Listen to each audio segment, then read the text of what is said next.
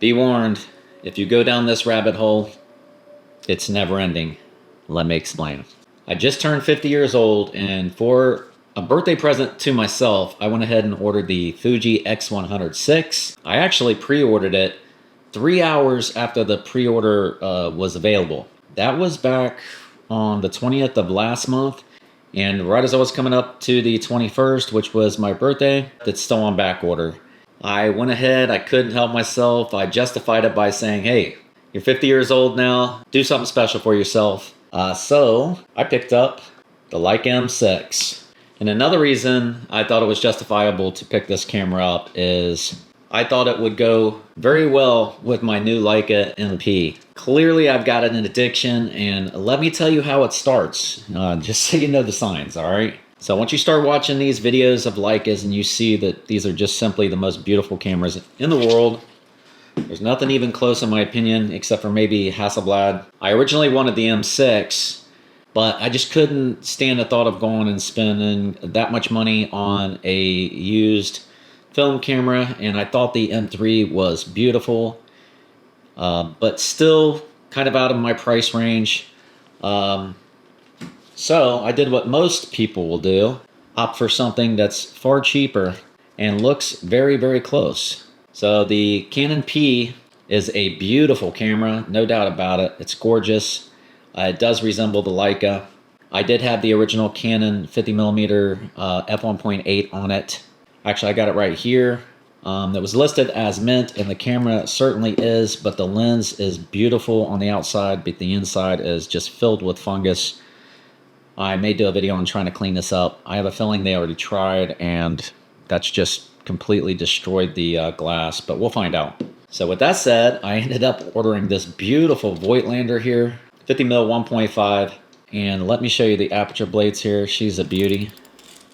But this will only satisfy the Leica itch for so long. Trust me, believe me, after getting this camera right here, I still longed for the Leica M6, but the next best option for me as a price entry point was the Leica M3.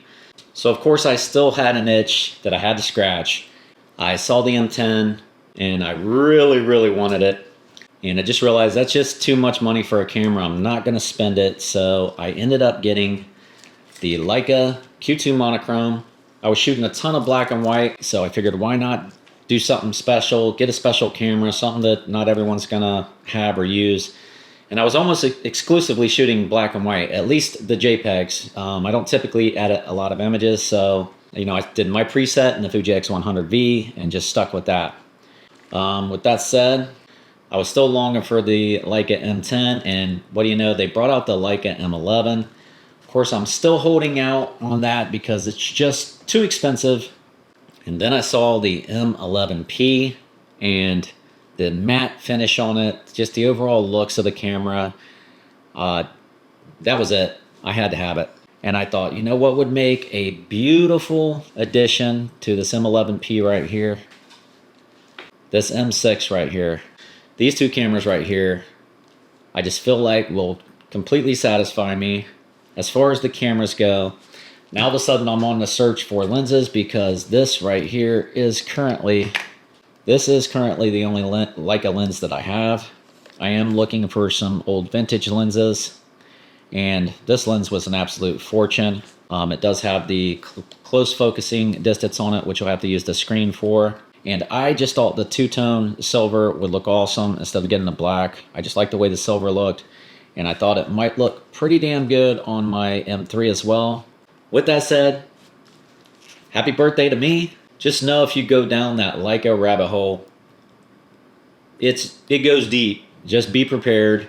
You will find a way to make it happen if you really want it.